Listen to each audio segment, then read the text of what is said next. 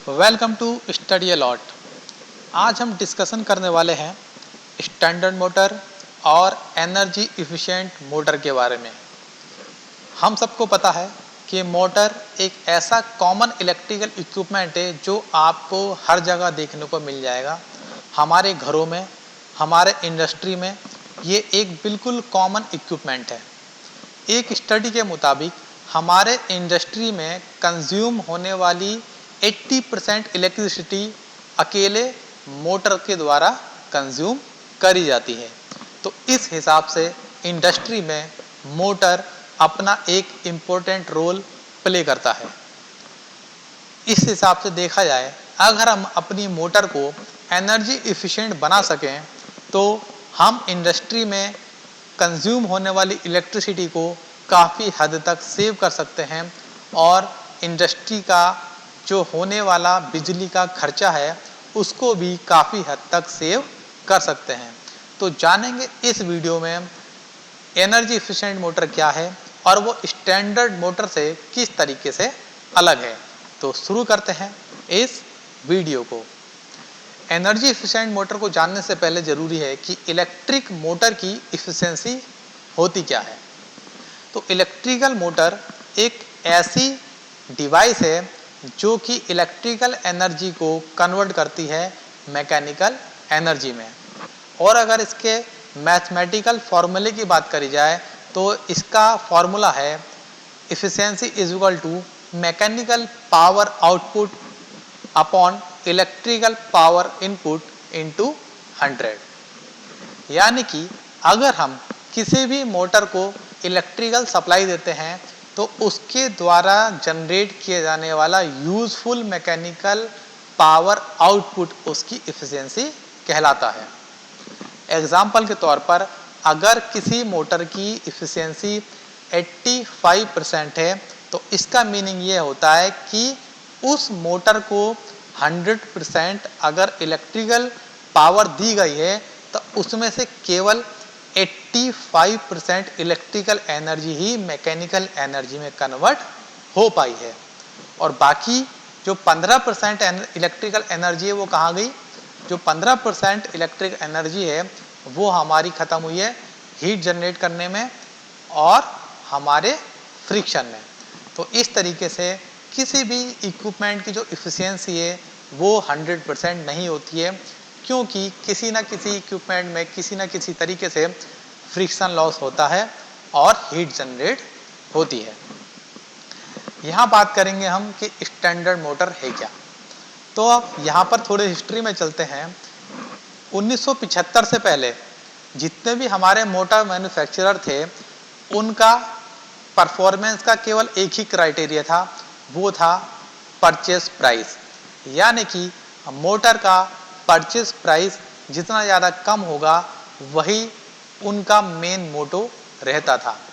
और इफ़िशिएंसी के नाम पर केवल एक ही नॉर्म्स रहता था, वो था टेम्परेचर राइजिंग। यानी कि जो हमारे मोटर चलते समय जो मोटर गर्म हो जाती है वो ज़्यादा गर्म नहीं होनी चाहिए थी, यही एक क्राइटेरिया था 1975 से पहले। लेकिन 1977 के बाद नेमा के बारे में हम आगे जानेंगे।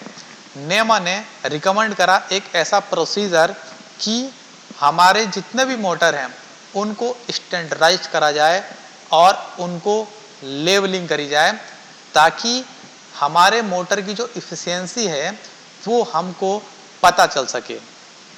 तो इस तरीके से शुरुआत हुई हमारे स्टैंडर्ड मोटर की। अब बात करते हैं कि एनर्जी इफ़िशिएंट मोटर क्या है। स्टैंडर्ड मोटर्स को ही टेक्नोलॉजिकल एडवांस करके एनर्जी इफ़िशिएंट मोटर में कन्वर्ट करा गया। Energy efficient motor standard motor के कंपैरिजन में कम इलेक्ट्रिसिटी कंज्यूम करती है, साथ में उसकी जो टेम्परेचर राइजिंग है वो कम होती है और उसकी जो लाइफ है वो भी ज़्यादा होती है। नेमा, जिसकी फुल फॉर्म है नेशनल इलेक्ट्रिकल मैन्युफैक्चरर एसोसिएशन, इसका एक डिज़ाइन है बी। इसके बाकी डिज़ाइनों के बारे में भी हम आगे बात करेंगे। तो इसके बी डिज़ाइन के कंपैरिजन में एनर्जी इफ़िशिएंट मोटर ये सारे क्वालिटीज़ अपने अंदर कंटेन करती है, जो है less electricity consumption, run cooler and last and longer life. और सबसे ज़्यादा जो एक मेन पॉइंट है एनर्जी इफिशिएंट मोटर का, वो है फुल लोड पर अपनी इफिशियंसी को एक तरीके से कांस्टेंट रखना। यानी कि अगर एनर्जी इफिशिएंट मोटर आपने यूज़ करी है और आपका लोड फुल है या हाफ है, इससे उसकी इफिशियंसी पर कोई भी इफेक्ट नहीं पड़ेगा।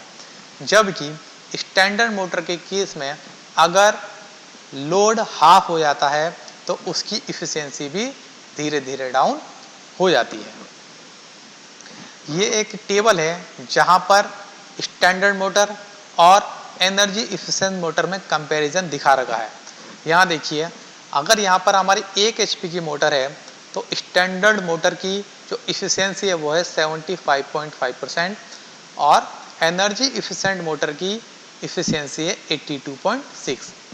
1.5 HP के केस में स्टैंडर्ड मोटर की इफिशियंसी 78.1 और एनर्जी इफिशिएंट मोटर की इफिशियंसी 83.3।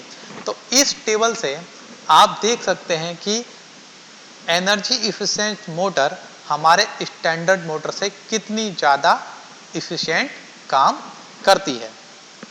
अब जानते हैं नेमा क्या है। नेमा की फुल फॉर्म है नेशनल इलेक्ट्रिकल मैन्युफैक्चरर एसोसिएशन। ये एसोसिएशन 1926 में यूनाइटेड स्टेट में फाउंडेड करा गया था और इस स्टैंडर्ड का मेन काम है हमारे वर्ल्ड में या ये कहें हमारे देश में भी जितने भी इलेक्ट्रिकल इक्विपमेंट बनाने वाली इंडस्ट्री है उन इक्विपमेंट्स के लिए स्टैंडर्ड्स को पब्लिश करना। इस नेमा के अंदर 350 ऐसी कंपनी मेंबर्स हैं जो कि ऐसे प्रोडक्ट मैन्युफैक्चर करते हैं जो कि इलेक्ट्रिसिटी जनरेशन में काम आते हैं, ट्रांसमिशन में काम आते हैं, डिस्ट्रीब्यूशन में काम आते हैं, कंट्रोलिंग में काम आते हैं और ऐसे भी अदर होम अप्लायंसेस जहां पर इलेक्ट्रिसिटी का यूज़ होता है, चाहे वो आपके फैन हो, आपके बल्ब हो, आपके ट्यूबलाइट हो, आपका एसी हो। इन सारे इक्विपमेंट के रिगार्डिंग जो भी स्टैंडर्ड बनाए जाते हैं वो बनाए जाते हैं नेमा के द्वारा। हमारे मोटर, कंप्रेसर, जो भी अदर इंडस्ट्रियल अप्लायंसेस है उसके लिए भी स्टैंडर्ड पब्लिश करने का काम करती है हमारी नेमा। यहाँ पर हमारे मोटर की डिज़ाइन की बात करी जाए तो नेमा के 4 डिज़ाइन हैं जिसको ABCD में बांटा गया है। यहाँ पर देखो नेमा डिज़ाइन ए की बात करी जा रही है और इस डिज़ाइन की जो स्टैंडर्ड है वो क्या है, जिसमें मैक्सिमम स्लिप है 5%, स्टार्टिंग करंट है हाई टू मीडियम, टॉर्क है normal lock torque, normal breakdown torque और ये सबसे ज़्यादा यूज होती है फैन और पंप में। नेमा डिज़ाइन बी की बात करें तो इसका मैक्सिमम स्लिप है 5%, इसका स्टार्टिंग करंट है लो, हाई लॉक्ड रोटर टॉर्क है, इसका नॉर्मल ब्रेकडाउन टॉर्क है और इसका जो यूज़ होता है वो होता है HVAC application with fans, blower and pump में।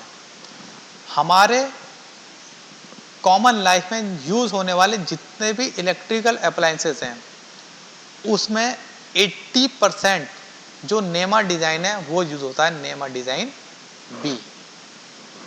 नेमा डिज़ाइन सी को देखें तो यहाँ पर स्लिप है 5%, लो स्टार्टिंग करंट है, हाई लॉग रोटर टॉर्क है, नॉर्मल ब्रेकडाउन टॉर्क है और यहाँ पर हाई इनर्शिया और हाई स्टार्टिंग टॉर्क यूज़ करा जाता है और ये करा जाता है ऐसी जगह पर जहाँ पर पॉजिटिव डिस्प्लेसमेंट पंप हो और कन्वेयर हो।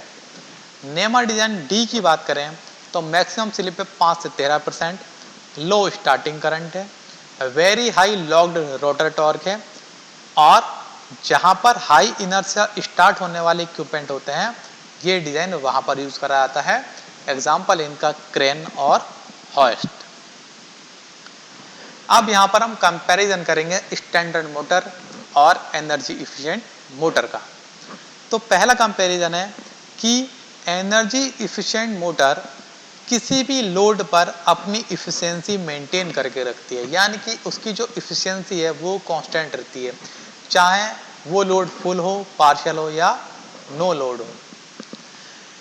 इस कारण से इफिशिएंट मोटर ना केवल अपनी एनर्जी सेव करती है बल्कि उस मोटर को जो सप्लाई देने वाली केबल है और ट्रांसफार्मर है उसकी भी एनर्जी को ये मोटर सेव करती है। जबकि स्टैंडर्ड मोटर के केस में क्या होता है, अगर मोटर आपकी फुल लोड में है तब तो स्टैंडर्ड मोटर आपको अच्छी इफिशियंसी देगी, लेकिन जैसे ही लोड कम होता है तो स्टैंडर्ड मोटर की इफिशियंसी भी कम हो जाती है। सेकंड पॉइंट है इसका, एनर्जी इफिशिएंट मोटर चलते समय कम गर्म होती है, या ये कहें कि उसकी जो रनिंग है वो ज़्यादा कूल होती है, बिकॉज इसके अंदर थर्मल स्ट्रेस कम जनरेट होते हैं। एनर्जी इफिशिएंट मोटर की बेयरिंग की बात करें तो स्टैंडर्ड मोटर के कंपैरिजन में ये 10 डिग्री कम टेम्परेचर पर रन करती है, जिसके कारण इंसुलेशन की लाइफ डबल हो जाती है। अगर हम बात करें एनर्जी इफिशिएंट मोटर की वाइंडिंग की, तो स्टैंडर्ड मोटर के कंपैरिजन में एनर्जी इफिशिएंट मोटर की वाइंडिंग 20 डिग्री कम टेम्परेचर पर वर्क करती है, जिसके कारण इंसुलेशन की लाइफ 4 टाइम इंक्रीज हो जाती है। थर्ड पॉइंट है इसका कि इफिशिएंट मोटर का जो स्लिप है वो स्टैंडर्ड मोटर से कम होता है, जिसके कारण हमारा जो स्टार्टिंग टॉर्क है एनर्जी इफिशिएंट मोटर में वो भी कम होता है, जबकि स्टैंडर्ड मोटर में स्लिप ज़्यादा होता है और इस कारण से ही स्टैंडर्ड मोटर का स्टार्टिंग टॉर्क भी ज़्यादा होता है। लेकिन यहाँ पर स्टैंडर्ड मोटर और एनर्जी इफिशिएंट मोटर के अपने अलग अलग काम हैं। अगर आपको ऐसे ही जगह पर जहाँ पर आपको हायर स्टार्टिंग टॉर्क चाहिए तो वहाँ पर स्टैंडर्ड मोटर लगाना ही बेटर है, बिकॉज स्टैंडर्ड मोटर का जो टॉर्क है वो हाई होता है। एग्जाम्पल के तौर पर क्रेन में और जो हमारे सामान उठाने वाले इक्विपमेंट है वहाँ पर, ऐसी जगह पर एनर्जी एफिशिएंट मोटर सूटेबल नहीं है। फोर्थ पॉइंट है, अगर आपका स्लिप स्मॉल है तो मोटर की जो स्पीड है वो हाई हो जाती है, और मोटर की स्पीड अगर हाई है तो इसका मतलब ये है कि जो मोटर है वो ज़्यादा पावर कंज्यूम कर रही है। और एक स्टडी के मुताबिक ऐसा देखा गया है कि कुछ लोड पर अगर पावर बढ़ती है तो अगर स्पीड बढ़ती है तो उसकी जो पावर है उसके क्यूब में इंक्रीज होती है। एग्जाम्पल के तौर पर अगर किसी मोटर की स्पीड डबल हो जाती है तो उसका जो पावर कंजप्शन है वो 8 टाइम या 8 गुना इंक्रीज हो जाएगा। इस कारण से एनर्जी इफिशिएंट मोटर के द्वारा जो सेविंग करी जाती है वो हम यहाँ पर लॉस कर देते हैं, लेकिन कुछ दूसरे तरीकों से हम एनर्जी इफिशिएंट मोटर की इस प्रॉपर्टी को मिनिमाइज कर सकते हैं और एनर्जी इफिशिएंट मोटर का जो बेनिफिट है हम ले सकते हैं। फिफ्थ पॉइंट है, energy efficient motor higher power factor पर काम करती है, जबकि स्टैंडर्ड मोटर हमारे लो पावर फैक्टर पर काम करती है। और लो पावर फैक्टर का मतलब है कि हमारा जो भी एनर्जी का कंजप्शन है वो ज़्यादा होगा, या ये कहें जो हमारी एनर्जी इफिशियंसी है वो कम होगी। और हाई पावर फैक्टर का मतलब है कि हमारी जो एनर्जी इफिशियंसी है वो ज़्यादा होगी। सिक्स्थ पॉइंट है, हमारे एनर्जी इफिशिएंट मोटर का जो स्टार्टिंग करंट है वो स्टैंडर्ड मोटर से हमेशा ज़्यादा होता है, और इसके कारण जो हमारा शॉर्ट सर्किट का प्रोटेक्शन है वो ट्रिप हो सकता है। सातवां पॉइंट है, energy efficient motor standard motor की अपेक्षा कम शोर करती है, या ये कहें स्मूथली चलती है। तो ये है हमारा स्टैंडर्ड मोटर और एनर्जी इफिशिएंट मोटर में कंपैरिजन। यहाँ पर कुछ तरीके हैं जिससे हम अपनी एनर्जी इफिशिएंट मोटर को अच्छा बनाते हैं। जैसे कि पहला पॉइंट है यहाँ पर हमारा स्पेशल ग्रेड टाइप का थिनर लेमिनेशन यूज करना, ताकि पार्शियल लोड पर हमारे आयरन लॉसेस कम हो जाएं। आपने पढ़े होंगे कि मोटर में बहुत सारे लॉस होते हैं। अगर नहीं पढ़े हैं तो हम अगले वीडियो में मोटर में होने वाले लॉसेस पढ़ेंगे। अगला पॉइंट है थिकर कंडक्टर, यानी कि हमारा जो कंडक्टर है उसका जो साइज है वो थोड़ा थिक कर दें और जो कॉपर कंटेंट है वो बढ़ा दें। इससे क्या होगा कि लोअर रेजिस्टेंट के कारण जो हमारा कॉपर लॉस है वो कम हो जाएगा। लॉन्गर कोर लेंथ, यानी कि हमारे अगर कोर की जो लेंथ है अगर वो ज़्यादा लंबी होगी तो उससे क्या होगा, जो हमारा यूनिफॉर्म एयर गैप है स्टेटर और रोटर के बीच वो भी कम हो जाएगा, जिसके कारण जो हमारे स्ट्रे लॉसेस होते हैं वो भी कम हो जाएंगे। फोर्थ पॉइंट है हमारा फैन कवर और फैन के डिज़ाइन को एडवांस करना, जिसके कारण जो विंडेज लॉसेस हैं वो रिड्यूस हो जाएंगे। तो इन तरीकों को अपनाकर हम एक स्टैंडर्ड मोटर को कन्वर्ट कर सकते हैं एनर्जी इफिशिएंट मोटर में, और जिसके कारण हम अपनी बहुत सारी एनर्जी सेव कर सकते हैं। तो आज की वीडियो में इतना ही। अगर आपने चैनल सब्सक्राइब नहीं करा है तो इस चैनल को सब्सक्राइब कर लें और साथ में बेल आइकॉन का बटन प्रेस कर दें, ताकि आपको नए वीडियो की नोटिफिकेशन टाइम टू टाइम मिलते रहे। तो मिलते हैं नए वीडियो में नए टॉपिक के साथ।